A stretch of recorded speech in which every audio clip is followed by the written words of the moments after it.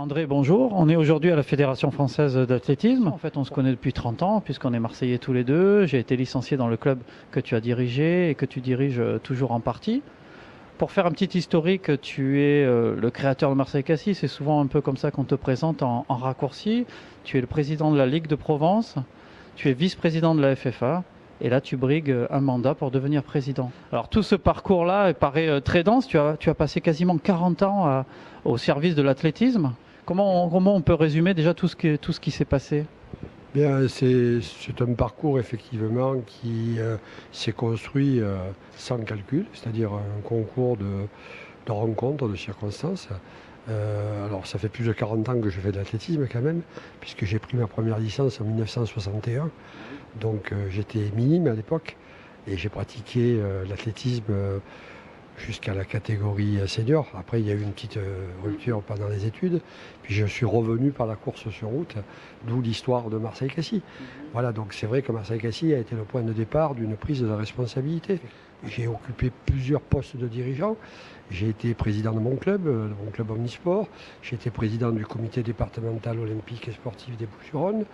J'ai été chargé de mission auprès du préfet pendant la Coupe du Monde de football, et puis directeur des sports du Conseil général. Et pendant ce temps aussi, vice-président de la fédération, puis vice-président délégué. Est-ce qu'il y a un record ou une pratique dont tu es particulièrement fier? Si on parle de chrono, bon, c'est sûr que j'ai été un marathonien d'un bon niveau à l'époque, puisque j'ai réalisé 2h30 minutes en 1983. Donc à l'époque, il y avait moins de chronos importants. C'était quand même déjà pas mal dans les bilans à l'époque.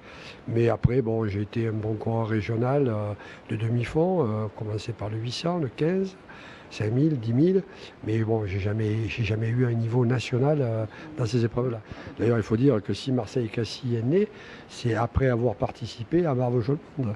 Donc ça veut dire qu'en tant que coureur et participant, j'avais tellement apprécié l'ambiance de cette course que j'ai eu l'idée d'organiser une course entre Marseille et Cassis, sans penser d'ailleurs que ça atteindrait la dimension que ça atteint aujourd'hui. Alors c'est vrai qu'à l'époque, la course sur route était très mal vue à la fédération. C'est un tort d'ailleurs, puisqu'on voit après le développement qu'il y a eu. Les dirigeants d'alors pensaient que c'était un effet de mode et que ça allait tomber. Puis finalement, c'est un effet qui s'est amplifié. Et aujourd'hui, c'est vrai qu'il y a eu une prise en compte par la fédération de ce phénomène. Et que petit à petit, nous progressons, nous rattrapons le retard que nos prédécesseurs ont pris dans ce domaine. Au début, on a observé, mais disons, le temps d'observation était plus court, puisque la fédération s'est impliquée très rapidement. J'ai participé aux premières réunions avec les organisateurs de trail à Valence, puisque c'est là qu'on les avait invités à venir autour d'une table, et on était en 2007. Donc voilà, donc c'était au tout début. Voilà, on a pris conscience à ce moment-là que là, c'était pas un phénomène de mode, mais que c'était une nouvelle pratique qu'il fallait prendre en compte.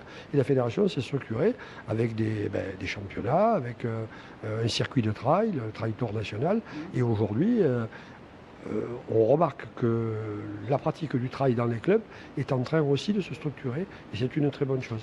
Et tu penses que justement l'avenir, on en reviendra dans ton programme tout à l'heure, mais que l'avenir justement de l'athlétisme et de la fédération est d'aller chercher justement tous ces pratiquants qui sont hors stade? Alors ça a déjà, bien entendu, dans le mandat que nous terminons actuellement, il y a déjà eu des mesures qui ont été prises pour attirer ces nouveaux publics et ces nouveaux pratiquants vers la famille fédérale. C'est pas essayer de capter des adhérents pour capter des adhérents, mais c'est être en mesure de leur proposer quelque chose à l'intérieur de nos clubs. Donc la démarche fédérale aujourd'hui est une démarche plutôt d'accompagnement, plutôt que de vouloir faire des licenciés pour des licenciés. Oui. Ça, c'est le premier point. Et ensuite, donc, dans le projet Athlé 2020 que je développe, c'est sûr que ces pratiques ont une importance particulière. Ces nouvelles pratiques, il n'y a pas que le trail d'ailleurs, il y a la marche nordique, il y a des nouvelles pratiques aussi avec des courses à obstacles, ce que j'appelle moi des courses décalées, que nous allons prendre en compte, puisque le ministère nous a demandé de légaliser un petit peu tout ça, mais on sait très bien que tout ça, il va falloir l'organiser différemment. C'est pas comme l'athlétisme traditionnel, donc il faut qu'on est en période de recherche, et effectivement, dans le projet que nous conduisons, notre volonté, c'est d'avoir un certain nombre de manifestations qui fassent partie du patrimoine de la fédération à travers ses clubs, ses comités ou ses ligues régionales. Et donc ça va être un petit peu notre volonté de décliner sur tout le territoire des concepts particuliers. Un concept auquel vous croyez beaucoup, c'est l'équidène. Vous pensez que justement ça peut rendre le marathon beaucoup plus accessible? Alors à Paris, on a lancé bien sûr un équidène qui bat tous les records. Ce qui est évident, c'est qu'on remarque aussi que même l'athlétisme, enfin la course à pied étant un sport individuel, l'esprit collectif apparaît à travers des épreuves de relais. Et donc ça apparaît sur la piste, mais ça apparaît aujourd'hui donc sur la route à travers les équidènes. Donc cette dimension collective de l'athlétisme qui permet de courir pour son club ou pour une entreprise ou courir tout simplement entre copains, nous la prenons en compte et nous avons vu les résultats à Paris. Donc la volonté de la fédération, c'est qu'à partir du concept parisien, on puisse développer dans d'autres grandes villes du territoire ce type de manifestation. Et puisque nous sommes Marseillais tous les deux, je t'annonce que le 11 décembre, donc il y aura le premier équidène de Marseille qui va avoir lieu dans le parc Borély et que nous avons la volonté en 2017 d'accompagner l'équidène de Marseille et de l'intégrer dans le plan fédéral. Alors, le programme, il est là, le programme pour 2020. Est-ce que tu peux nous résumer un petit peu les grandes lignes de ce programme-là? Est-ce qu'il est vraiment novateur? On va s'inscrire, disons, le projet Athlé 2020, donc, que j'ai l'honneur de conduire avec une 36 colistiers, puisque c'est un scrutin de liste, s'appuie déjà sur un socle solide. Aujourd'hui, la fédération bénéficie d'une image à l'extérieur et même à l'intérieur très positive. Donc il y a eu, sous la présidence de Bernard Amsalem, un travail considérable qui a été fait avec Bernard, avec nous, avec toute l'équipe. Et donc on n'est pas dans une situation de rupture. Par contre, on s'est rendu compte qu'en se développant, en se professionnalisant, la fédération était allée certainement un peu plus vite que ce qui se passait à la base dans nos clubs. Et donc l'accent va être mis dans ce programme sur comment accompagner davantage les clubs dans tous les domaines de pratique. Alors, il y a l'athlétisme, il y a la route, il y a la découverte avec les enfants.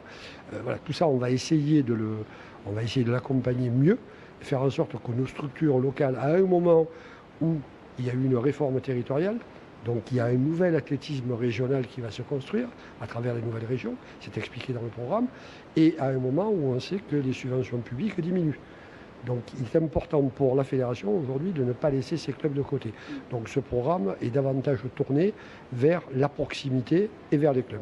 Pour le haut niveau, il est évident que la politique de haut niveau était principalement concentrée sur l'INSEP et qu'aujourd'hui, la volonté dans le programme, c'est ce qu'on appelle nous le grand INSEP, c'est-à-dire développer des pôles de haut niveau, mais des vrais pôles de haut niveau, un peu partout sur le territoire national, en faisant en sorte qu'il n'y ait pas que l'aspect sportif qui soit pris en compte, mais que chaque athlète puisse avoir un vrai projet, ce qu'on appelle nous le double projet, c'est-à-dire le projet sportif et le projet professionnel.